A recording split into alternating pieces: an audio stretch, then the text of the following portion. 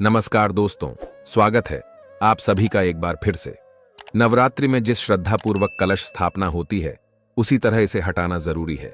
गलत तरीके से नारियल को हटाते या प्रयोग करते हैं तो इससे इसका अपमान होता है। कलश से नारियल को गलत तरीके हटाने से नवरात्रि की पूजा का फल नहीं मिलता है। शक्ति स्वरूपा मां दुर्गा के महापर्व के 9 दिन होने वाले हैं।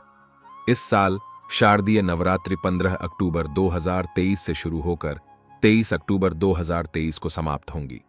नवरात्रि में पूरे 9 दिन पूजा पाठ के साथ व्रत रखा जाता है। दरअसल नवरात्रि एक संस्कृत शब्द है जिसका अर्थ है 9 रातें। इन 9 रातों और 10 दिनों के दौरान भक्त शक्ति की देवी मां जगदंबा के 9 रूपों की पूजा करते हैं। नवरात्रि के पहले दिन कलश स्थापना या घट स्थापना के साथ इसकी शुरुआत होती है। इस दौरान एक नारियल रखकर कलश स्थापना या घट स्थापना होती है। लेकिन क्या आप जानते हैं कि नवरात्रि के बाद इस नारियल का क्या होता है? हालांकि इस तरह के सवाल कई लोगों के मन में होते हैं।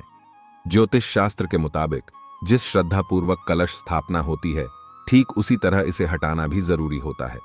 यदि आप गलत तरीके से नारियल को हटाते हैं या नारियल का प्रयोग करते हैं तो इससे इसका अपमान होता है और आपको नवरात्रि में किए गए पूजा व्रत का फल नहीं मिलता है। आइए जानते हैं कि नवरात्रि के बाद कलश में रखे नारियल का क्या करना चाहिए।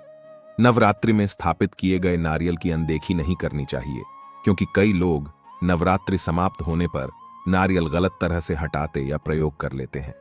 ऐसा करने से उन्हें 9 दिन की पूजा का फल नहीं मिल पाता। बता दें कि कलश पर रखे नारियल में माता रानी की विशेष कृपा होती है। ऐसे में नवरात्रि के बाद इस नारियल को लाल रंग के कपड़े में लपेटकर पूजा स्थल पर रखें। ऐसा करने से मां प्रसन्न होती हैं और मनोकामनाएं पूर्ण करती हैं। नवरात्रि में स्थापित कलश के ऊपर रखे नारियल को 9 दिन बाद विधि विधान से हटाना चाहिए।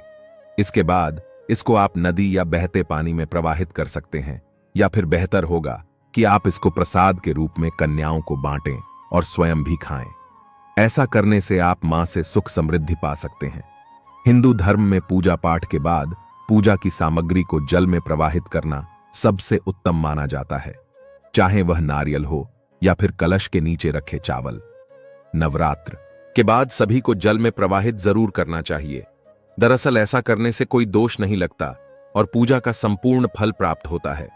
दोस्तों, इस वीडियो को लाइक करें और अपने दोस्तों के साथ शेयर अवश्य करें, जिससे कि आपको पुण्य की प्राप्ति हो सके।